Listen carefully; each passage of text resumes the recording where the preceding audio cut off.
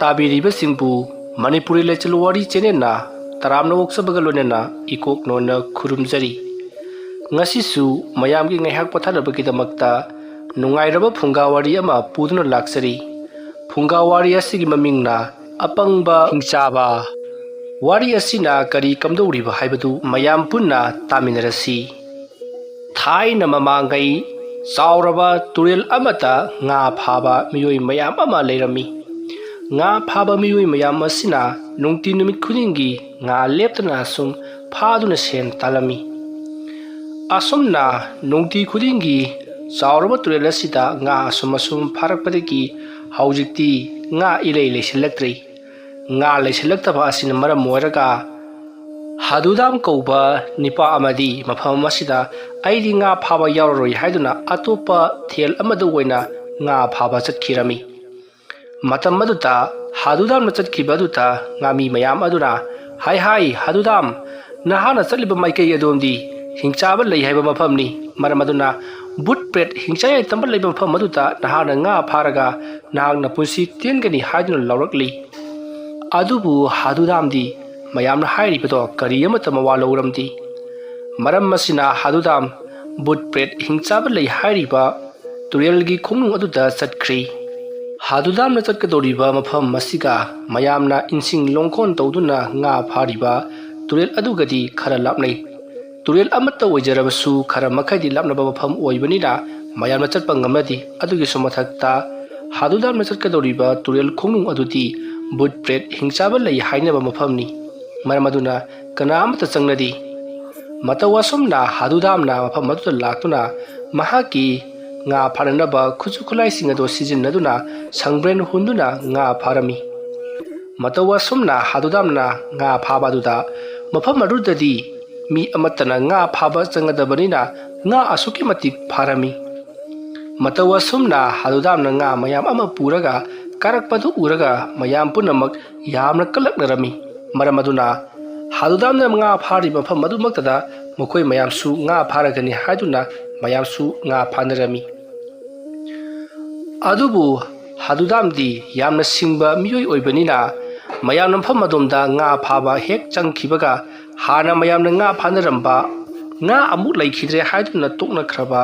ꯊꯦꯜ ꯑꯗꯨꯗ ꯂꯥꯛꯇꯨꯅ ꯑꯃꯨꯛ ꯁꯪꯕ꯭ꯔꯦꯟ ꯍꯨꯟꯗꯨꯅ ꯉꯥ ꯐꯥꯔꯝꯃꯤ꯫ ꯃꯌꯥꯝꯅ ꯃꯐꯝ ꯑꯗꯨꯗ ꯉꯥ ꯐꯥꯅꯗ꯭ꯔꯕꯅꯤꯅ ꯉꯥ ꯃꯌꯥꯝ ꯑꯃ ꯐꯥꯔꯝꯃꯤ꯫ ꯃꯇꯧ ꯑꯁꯨꯝꯅ ꯍꯥꯗꯨꯗꯥꯝꯅ ꯃꯌꯥꯝꯅ ꯑꯗꯨꯗ ꯂꯥꯛꯂꯒꯅ ꯑꯁꯣꯝꯗ ꯑꯃꯨꯛ ꯆꯠ, ꯑꯁꯣꯝꯗ ꯑꯃꯨꯛ ꯂꯥꯛꯂꯒꯅ ꯁꯣꯝꯗ ꯑꯃꯨꯛ ꯆꯠ ꯇꯧꯗꯨꯅ ꯃꯌꯥꯝꯅ ꯐꯅꯗꯕ ꯃꯐꯝ ꯈꯟꯗꯨꯅ ꯃꯍꯥꯛꯅ ꯉꯥ ꯐꯥꯕꯗꯣ ꯑꯁꯨꯝ ꯆꯠꯊꯔꯝꯂꯤ꯫ ꯃꯇꯧ ꯑꯁꯨꯝꯅ ꯇꯧꯔꯛꯄꯅ ꯅꯣꯡꯃꯗꯤ ꯅꯣꯡꯊꯤ ꯅꯣꯡꯃꯪꯕ ꯅꯨꯃꯤꯠ ꯑꯃꯅꯤ꯫ ꯍꯥꯗꯨꯗꯥꯝꯒ ꯉꯥ ꯐꯥꯃꯤꯟꯅꯕ ꯃꯤꯑꯣꯏ ꯄꯨꯝꯅꯃꯛ ꯅꯣꯡꯊꯤ ꯅꯣꯡꯃꯪꯕꯅꯤꯅ ꯅꯣꯡ ꯇꯥꯔꯛꯄꯁꯨ ꯇꯝꯕ ꯉꯝꯗꯦ꯫ ꯃꯍꯧꯁꯥꯅ ꯃꯐꯝ ꯑꯁꯤꯗ ꯑꯀꯟꯕ ꯅꯣꯡ ꯅꯨꯡꯁꯤꯠ ꯀꯟꯅ ꯇꯧꯏ꯫ ꯑꯗꯨꯅ ꯑꯩꯈꯣꯏꯗꯤ ꯆꯠꯂꯔꯣꯏ ꯍꯥꯏꯗꯨꯅ ꯀꯅꯥ ꯑꯃꯠꯇ ꯆꯠꯁꯤ ꯍꯥꯏꯕ ꯌꯥꯔꯛꯇ꯭ꯔꯦ꯫ ꯃꯁꯤꯗꯒꯤꯗꯤ ꯍꯥꯗꯨꯗꯥꯝ ꯐꯅꯗꯨꯝ ꯐꯔꯦ, ꯅꯈꯣꯏ ꯌꯥꯎꯗ꯭ꯔꯒ ꯍꯦꯟꯅ ꯉꯥ ꯐꯥꯏ ꯈꯜꯂꯗꯨꯅ ꯃꯍꯥꯛ ꯄꯔꯞ ꯈꯣꯡꯅꯨꯡ ꯑꯗꯨꯗ ꯂꯥꯛꯂꯤ꯫ ꯑꯁꯨꯝ ꯂꯥꯛꯄꯅ ꯈꯣꯡꯅꯨꯡ ꯑꯗꯨ ꯌꯧꯔꯕꯗ ꯍꯥꯗꯨꯗꯥꯝꯅ ꯃꯍꯥꯛꯅ ꯄꯨꯔꯛꯂꯤꯕ ꯁꯪꯕ꯭ꯔꯦꯟ ꯑꯗꯨ ꯍꯨꯟꯗꯨꯅ ꯉꯥ ꯑꯁꯨꯝ ꯐꯥꯔꯛꯂꯝꯃꯤ꯫ ꯃꯇꯝ ꯑꯗꯨꯗ ꯃꯍꯥꯛꯅ ꯆꯥꯎꯔꯕ ꯁꯅꯥꯒꯤ ꯆꯐꯨ ꯑꯃꯕꯨ ꯊꯦꯡꯅꯔꯦ꯫ ꯃꯗꯨ ꯊꯦꯡꯅꯕꯗꯨꯗ ꯍꯥꯗꯨꯗꯥꯝꯗꯤ ꯍꯔꯥꯎꯈꯤꯕꯅ ꯂꯣꯏꯔꯦ꯫ ꯃꯇꯣꯝꯇ ꯈꯟꯖꯩ, ꯑꯩꯅ ꯑꯁꯨꯛ ꯃꯃꯜ ꯇꯥꯡꯂꯕ ꯁꯅꯥꯒꯤ ꯆꯐꯨ ꯑꯁꯦ ꯐꯪꯖꯒꯗꯕ ꯑꯁꯤꯒꯤ ꯑꯣꯏꯔꯦꯀꯣ꯫ ꯑꯩ ꯏꯇꯣꯝꯇ ꯃꯐꯝ ꯑꯁꯤꯗ ꯅꯣꯡ ꯅꯨꯡꯁꯤꯠ ꯇꯧꯗꯨꯅ ꯀꯅꯥ ꯑꯃꯠꯇ ꯊꯥꯔꯛꯇ꯭ꯔꯒ ꯑꯩ ꯏꯊꯟꯇ ꯊꯥꯔꯛꯂꯤꯕꯁꯦ꯫ ꯑꯁꯨꯝꯅ ꯈꯜꯂꯒ ꯍꯥꯗꯨꯗꯥꯝꯅ ꯌꯥꯝꯅ ꯍꯔꯥꯎꯅ ꯂꯥꯡ ꯁꯪꯕ꯭ꯔꯦꯟ ꯑꯗꯨꯗꯒꯤ ꯆꯐꯨ ꯑꯗꯨ ꯂꯧꯊꯣꯛꯂꯤ꯫ ꯏꯂꯪ ꯂꯪꯅ ꯐꯖꯔꯕ ꯁꯅꯥꯒꯤ ꯆꯐꯨ ꯑꯗꯨ ꯎꯕꯗ ꯍꯥꯗꯨꯗꯥꯝꯗꯤ ꯍꯦꯟꯅ ꯍꯔꯥꯎꯈ꯭ꯔꯦ꯫ ꯃꯁꯤꯗꯒꯤꯗꯤ ꯃꯍꯥꯛꯅ ꯆꯐꯨ ꯑꯗꯨ ꯄꯥꯏꯗꯨꯅ ꯖꯒꯣꯏ ꯁꯥꯗꯨꯅ ꯍꯔꯥꯎꯔꯤ꯫ ꯃꯁꯤꯒꯤ ꯃꯇꯨꯡ ꯍꯥꯗꯨꯗꯥꯝꯅ ꯆꯐꯨ ꯑꯗꯨꯒꯤ ꯃꯅꯨꯡ ꯑꯗꯨꯗ ꯀꯔꯤ ꯌꯥꯎꯕꯖꯥꯠꯅꯣ, ꯌꯥꯝꯂꯕ ꯁꯅꯥ ꯂꯨꯄꯥꯁꯤꯡ ꯁꯨꯡꯁꯣꯏ ꯁꯣꯏꯗꯅ ꯌꯥꯎꯔꯝꯒꯅꯤ ꯈꯜꯂꯗꯨꯅ ꯆꯐꯨ ꯑꯗꯨ ꯂꯩꯃꯥꯏꯗ ꯇꯞꯅ ꯊꯝꯂꯤ꯫ ꯑꯗꯨꯒ ꯆꯐꯨ ꯑꯗꯨꯒꯤ ꯃꯈꯨꯝ ꯑꯗꯨ ꯇꯞꯅ ꯍꯥꯡꯗꯣꯛꯂꯨꯏ꯫ ꯑꯁꯨꯝꯅ ꯆꯐꯨ ꯑꯗꯨꯒꯤ ꯃꯈꯨꯝꯗꯣ ꯍꯦꯛ ꯍꯥꯡꯗꯣꯛꯂꯨꯕꯒꯗꯤ ꯆꯐꯨ ꯑꯗꯨꯒꯤ ꯃꯅꯨꯡꯗꯒꯤ ꯃꯨꯁꯤꯟ ꯃꯨꯕ ꯃꯩꯈꯨ ꯃꯌꯥꯝ ꯑꯃ ꯊꯣꯔꯛꯂꯤ꯫ ꯑꯁꯨꯝꯅ ꯃꯩꯈꯨ ꯃꯌꯥꯝ ꯑꯃ ꯖꯤꯔꯤ ꯊꯣꯛꯂꯕ ꯃꯇꯨꯡꯗ ꯃꯩꯈꯨ ꯆꯕꯨꯜꯁꯤꯡ ꯑꯗꯨꯅ ꯆꯥꯎꯔꯕ ꯂꯥꯏꯃꯨ ꯍꯤꯡꯆꯥꯕ ꯑꯃ ꯑꯣꯟꯈ꯭ꯔꯦ꯫ ꯃꯗꯨ ꯎꯕꯗ ꯍꯥꯗꯨꯗꯥꯝꯗꯤ ꯄꯥꯈꯠꯄꯅ ꯂꯣꯏꯔꯦ꯫ ꯃꯁꯤꯗꯒꯤꯗꯤ ꯍꯥꯗꯨꯗꯥꯝꯅ ꯅꯪꯕꯨ ꯀꯅꯥꯅꯣ, ꯃꯐꯝ ꯑꯁꯤꯗ ꯀꯩꯗꯧꯔꯝꯂꯤꯕꯅꯣ ꯍꯥꯏꯗꯨꯅ ꯍꯪꯉꯤ꯫ Matam aduda laimu Hingchaba aduna hai nupa nahaki naming kari kawi haidun hang'i matam aduda hadudam di kiman kibana masado thak niktuna ai iming hadudam kawi haidun khumi matam aduda laimu Hingchaba aduna hauna noklaga oh hadudam haiba hai hadudam haibi ge tajau ayase khwaidagi mapangal kanba chawraba Hingchaba mani ai hangna chawraba leba kayabu sum sana nai khairaga miyoi kayabu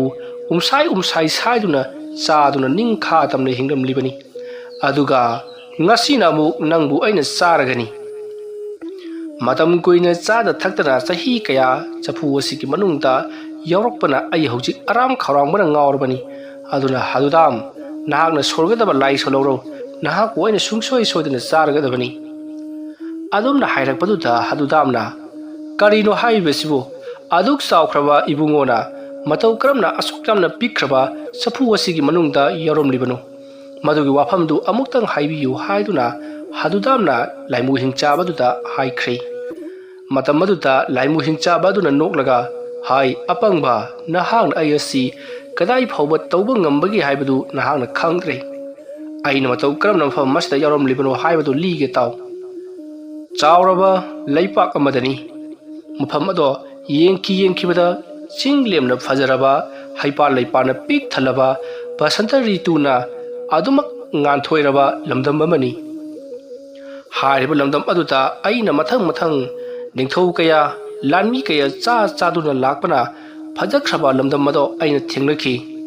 aduga aina changshiluriba lamdam aduda leiramliba palamliba ningthau adudi othokpa ningthau ama oiramkhi aina atai ningthau singa chatuba matamda thengnarakpa ningthau aduga amata manaramdi haibadi ningthau ado khwaidagi hingsa pamba ningthau ama oiramkhi mahakna magi akoibada leiriba chawraba umangsing aduta chatuna saji sangai kai nongsa samuna singba phaduna hingna konungda porai karigumba siragana madubu mahakna yaiduna natragana thonglaga chathui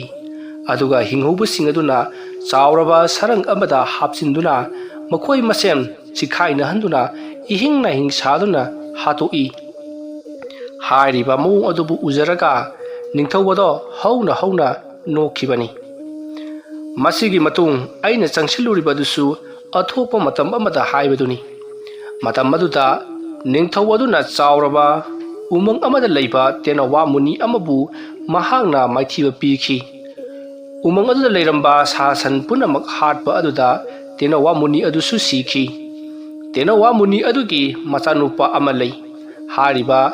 thawong asidagi tenawa muni sikhiba matungdagiri tenawa munigi machanupa aduna umang adugi ningthau aduna haibadi mapu aduna palhauki aduga tenawa muni aduna siramdaida ningthau aduda sap tauki nahaki nachanupi ado ana layong khangdana laithung paktuna naduna siba oirasanu aduga karigumbada aigi pokchariba ichanupa tenawa asina pijaba hai charabadi madusu amuk phaba oisanu nahangna uchi aikhoibu asu hanthana khallabanina nahangna uchi aikhoibu darkar leiba matam ama haibado aina pirabani asomna hairamlaga tenawa muni ado sikhibani madugi matung chawraba leibak aduda haina humna paliba ningthau adugi machanupi ado ana layong khangdana naba haurakhi matawa somna ningthau adugi machanupi aduna ana layong khangdana narakpa aduda leipak aduda leiriba chawraba hairaba laitingi maramda haithoi singthoiraba munirisi maiba amata khaktana jinghallami masidagi ningthauna machanupi ado phagatpa kaupa ngamdrabada nongmadi ningthau aduna lauthoki aigi ichanupi asibu phahanba ngamba miyoi natragana jibu oigera posak amabu oigera maduda aigi ichanupi ase laipak tangkhai ka loinana pigani aigi ichanupi asibu kallu mahapu kanba mikup aduda haibadi misak aduda sungsoi sodana aina chawraba leibak asigi tangkhai amaga loinana ichanupi pigani haiduna hana laukhibani aduga makha tana hairi karigumbada ngamdrabadi mahaki kaisum sangda sidribu phawba thamgani haiduna su lauthokhi wafam mado tarabada aisu mafam maduta masak matau phajaraba rajkumar ama onduna changki Madugi matung sana ibema Rajkumari adugi manakta changsillatuna mahakpu pharanabagidamakta aigi haijaba leiwa mantra maya mantra sizinaduna pharanaba yamna kana honaki adubu amatta upai leikide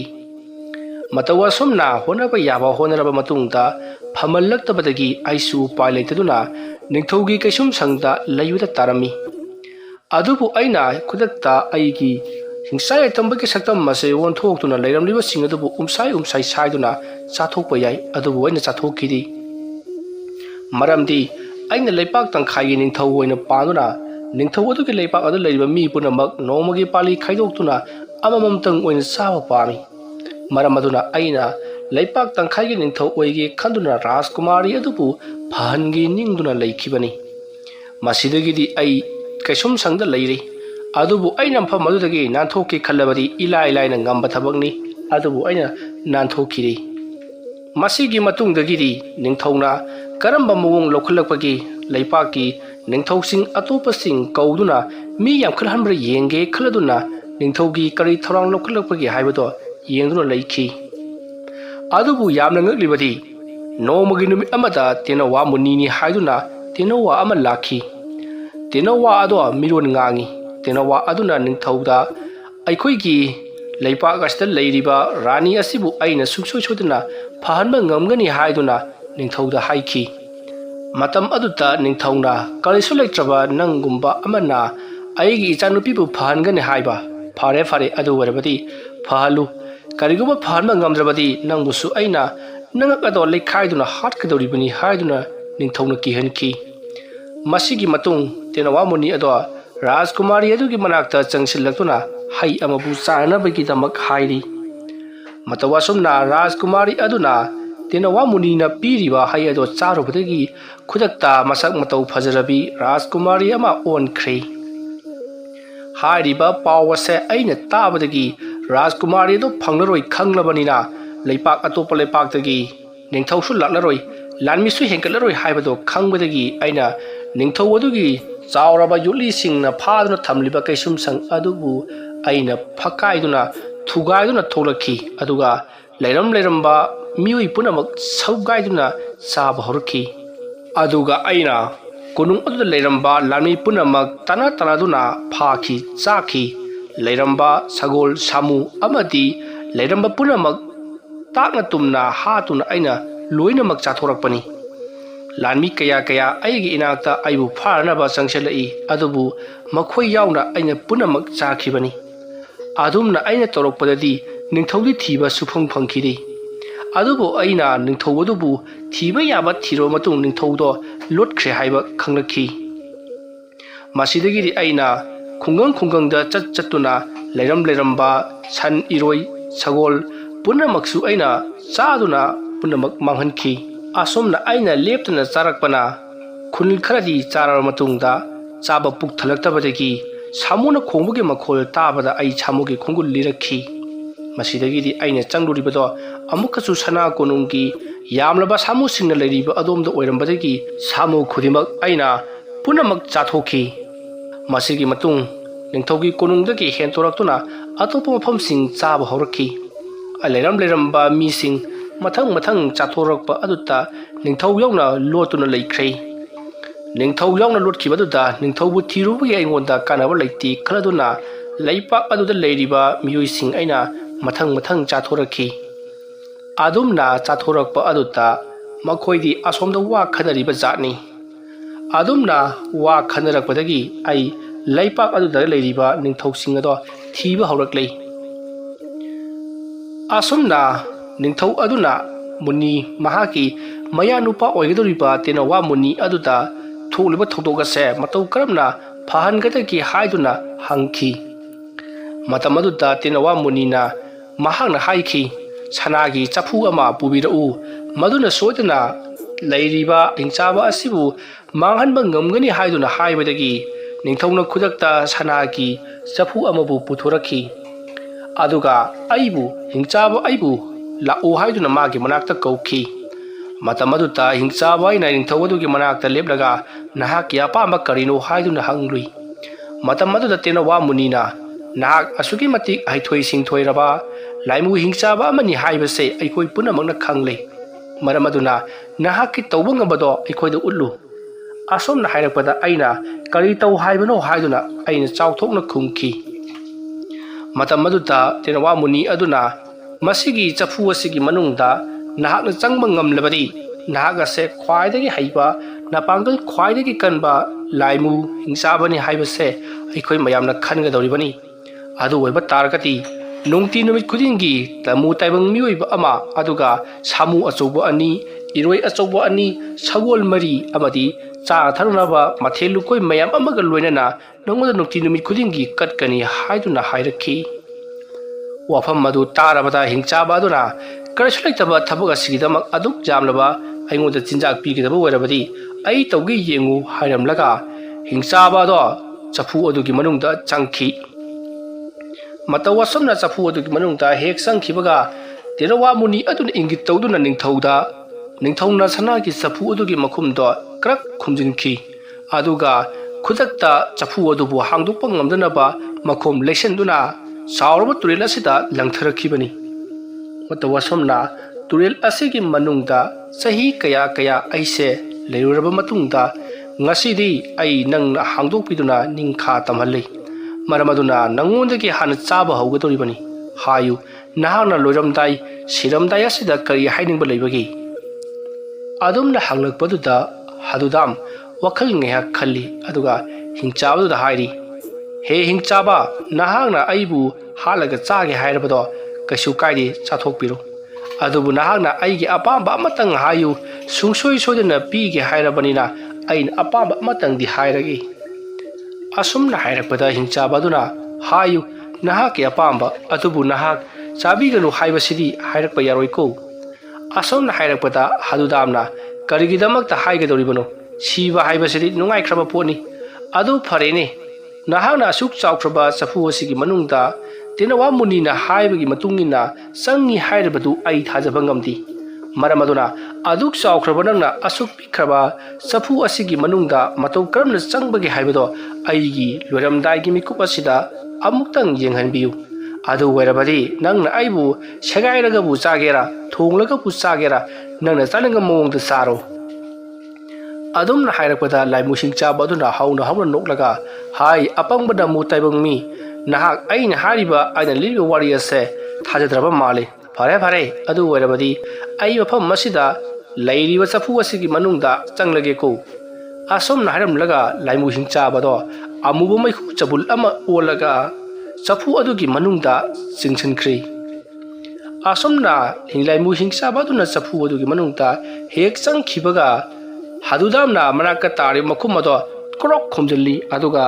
ꯂꯩꯁꯤꯟꯗꯨꯅ ꯃꯍꯥꯛꯅ ꯈꯜꯂꯤ ꯁꯤꯔꯝꯂꯤꯗ ꯍꯦ ꯑꯄꯪꯕ ꯍꯤꯡꯆꯥꯕ ꯅꯍꯥꯛꯇꯤ ꯆꯐꯨ ꯑꯁꯤꯒꯤ ꯃꯅꯨꯡꯗ ꯂꯩꯕꯅ ꯃꯇꯤꯛ ꯆꯥꯏ ꯅꯪꯒꯨꯝꯕ ꯑꯄꯪꯕ ꯍꯤꯡꯆꯥꯕ ꯑꯃꯅ ꯑꯩꯒꯨꯝꯕ ꯁꯤꯡꯇ꯭ꯔꯤꯛ ꯁꯤꯡꯕ ꯃꯤꯑꯣꯏ ꯑꯃꯕꯨ ꯍꯥꯠꯀꯅꯤ ꯊꯧꯔꯥꯡꯕ ꯆꯥꯏ ꯈꯪꯖꯧ ꯂꯥꯏꯒ ꯃꯤꯒꯁꯦ ꯃꯤꯅ ꯍꯦꯟꯅ ꯁꯤꯡꯂꯛꯄꯗꯒꯤ ꯂꯥꯏꯅ ꯃꯤꯕꯨ ꯍꯥꯠꯇꯣꯛꯂꯝꯂꯒ ꯍꯨꯟꯗꯣꯛꯂꯝꯂꯒ ꯆꯠꯈ꯭ꯔꯤꯕꯁꯤꯅꯤ ꯑꯗꯨꯅ ꯅꯪꯁꯨ ꯉꯁꯤꯗꯒꯤꯗꯤ ꯂꯥꯏꯖꯤ ꯏꯔꯣꯟꯅꯨꯡꯗ ꯑꯃꯨꯛ ꯍꯟꯅ ꯂꯩꯖꯔꯨ ꯆꯠꯂꯨ ꯑꯁꯨꯝꯅ ꯍꯥꯏꯔꯒ ꯍꯗꯨꯗꯥꯝꯅ ꯆꯐꯨ ꯑꯗꯣ ꯂꯥꯏꯖꯤ ꯏꯔꯣꯟꯅꯨꯡꯗ ꯑꯃꯨꯛ ꯂꯪꯊꯈ꯭ꯔꯤ ꯃꯁꯤꯗꯒꯤꯗꯤ ꯍꯗꯨꯗꯥꯝ ꯁꯤꯔꯝꯂꯤꯗ ꯍꯥꯏꯗꯨꯅ ꯈꯜꯂꯒ ꯃꯌꯨꯝꯂꯣꯝꯗ ꯄꯔꯞ ꯀꯥꯔꯛꯈꯤ ꯃꯇꯧ ꯑꯁꯨꯝꯅ ꯍꯗꯨꯗꯥꯝꯅ ꯃꯐꯝ ꯑꯗꯨꯗꯒꯤ ꯀꯥꯔꯛꯂꯒ ꯃꯍꯥꯛꯅ ꯊꯦꯡꯅꯈꯤꯕꯁꯤꯡ ꯑꯗꯣ ꯃꯌꯥꯝꯗ ꯋꯥꯔꯤ ꯇꯝꯈꯤ ꯋꯥꯐꯝ ꯑꯗꯨ ꯇꯥꯕꯗꯒꯤ ꯃꯌꯥꯝꯅ ꯃꯍꯥꯛꯄꯨ ꯌꯥꯝꯅ ꯁꯤꯡꯉꯤ ꯍꯥꯏꯗꯨꯅ ꯊꯥꯒꯠꯅꯈꯤ ꯑꯗꯨꯒ ꯍꯥꯏꯔꯤꯕ ꯃꯐꯝ ꯑꯗꯣꯝꯗ ꯑꯃꯨꯛ ꯍꯟꯅ ꯈꯨꯟꯒꯤ ꯈꯨꯟꯖꯥ ꯄꯨꯝꯅꯃꯛ इंजिंग लोंखोन तौदुना इन थादुना सांब्रेन हुंदुना nga फाबगी थबक तौखिद्री अदुगा हदुदामसु मफम अदुदा अमुक हन्ना चंगलुद्री मयामना nga फानबा मफमदा खन खंदुना महाक्सु nga फाबादो चथखी मतौ असुमना हदुदाम हिंगुमक्ति हिंगौखी अतुबु महाक थोक्रिबा थौदोक अदो निंसिंग मयाम पुंदबा मफमदा nga फाखिद्री वारी असी मता ngasiदा लुसिनजरी आइना वारी असी पाथोकचरक मतमदा सोइखिबा लानखिबा यावरबसु ताबिरिबा पुनमकना पुचेल चावना ngakpigani पुनमकु अरोइबदा अमुक्का हन्ना खुरुमजरी।